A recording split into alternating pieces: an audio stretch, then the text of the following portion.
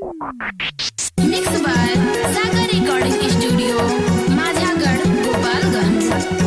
जन चढ़ी गोपालगंज के छाछी पर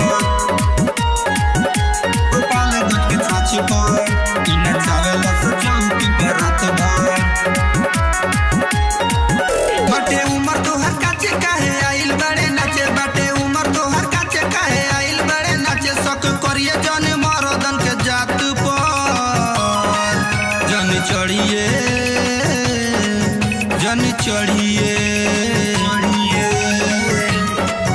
जन चढ़िए गोपालगंज के छाछ पर इना चावेला सचौकी पर रात भर जन चढ़िए गोपालगंज के छाछ पर इना चावेला सचौकी पर रात भर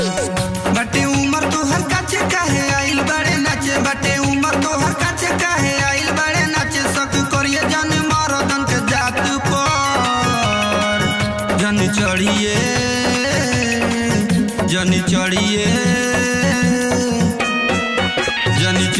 गोपालगंज के छाछ पर इना चावेला सचौकी पर रात भर जन चढ़िए गोपालगंज के छाछ पर इना चावेला सचौकी पर रात भर जन चढ़िए गोपालगंज के छाछ पर इना चावेला सचौकी पर रात भर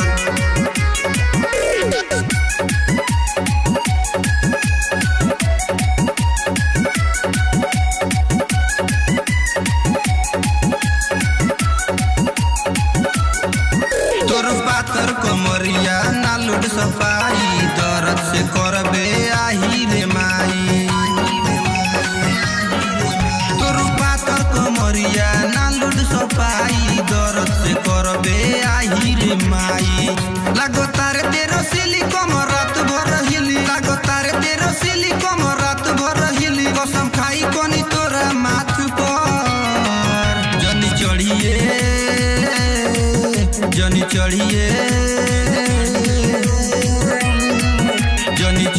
गोपालगंज के छाछ पर इना चावेला सचौकी पर रात भर जनी चढ़िए गोपालगंज के छाछ पर इना चावेला सचौकी पर रात भर जनी चढ़िए गोपालगंज के छाछ पर इना चावेला सचौकी पर रात भर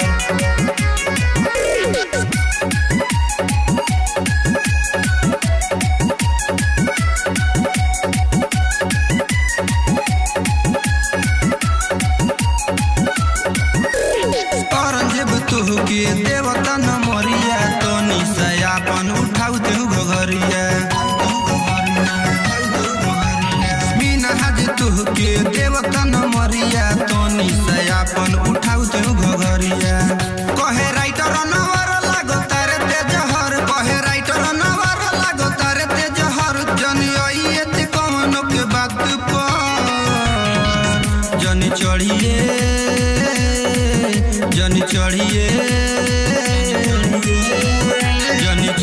गोपालगंज के छाछ पर इना चावेला सचौकी पर रात भर जन चढ़िए गोपालगंज के छाछ पर इना चावेला सचौकी पर रात भर।